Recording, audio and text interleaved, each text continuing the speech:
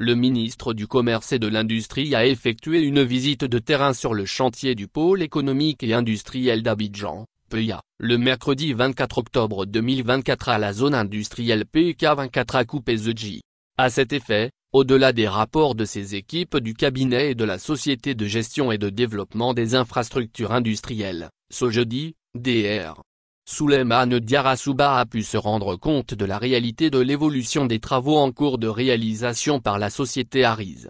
Nous avons pu noter un taux d'achèvement des travaux d'environ 46% et nous avons noté également différents travaux de voirie et d'aménagement d'espace qui ont été faits au niveau de cet espace industriel. S'est-il satisfait de constater que 8 entreprises industrielles ont déjà réservé des espaces dans les domaines de l'agro-industrie, de la métallurgie et de l'industrie pharmaceutique. Cette plateforme, indique le ministre Souleymane Diarra, s'inscrit dans le cadre du grand projet de la zone industrielle PK24 à Koupé-Zedji qui a été lancé depuis 2014. 2000 hectares, dont 431 ont été concédés à Ariz, dans le cadre du partenariat public-privé, pour y implanter un espace industriel conforme aux standards internationaux.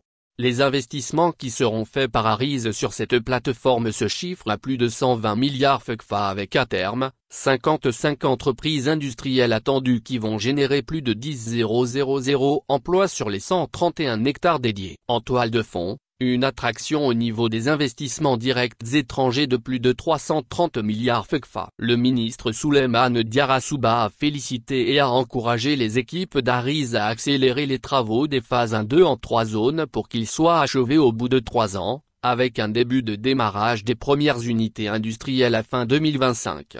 Puis, il a salué ces investissements productifs qui vont favoriser la création d'emplois de qualité pour les jeunes et les femmes et qui vont également impacter le produit intérieur brut de la Côte d'Ivoire avec la création de nouvelles richesses.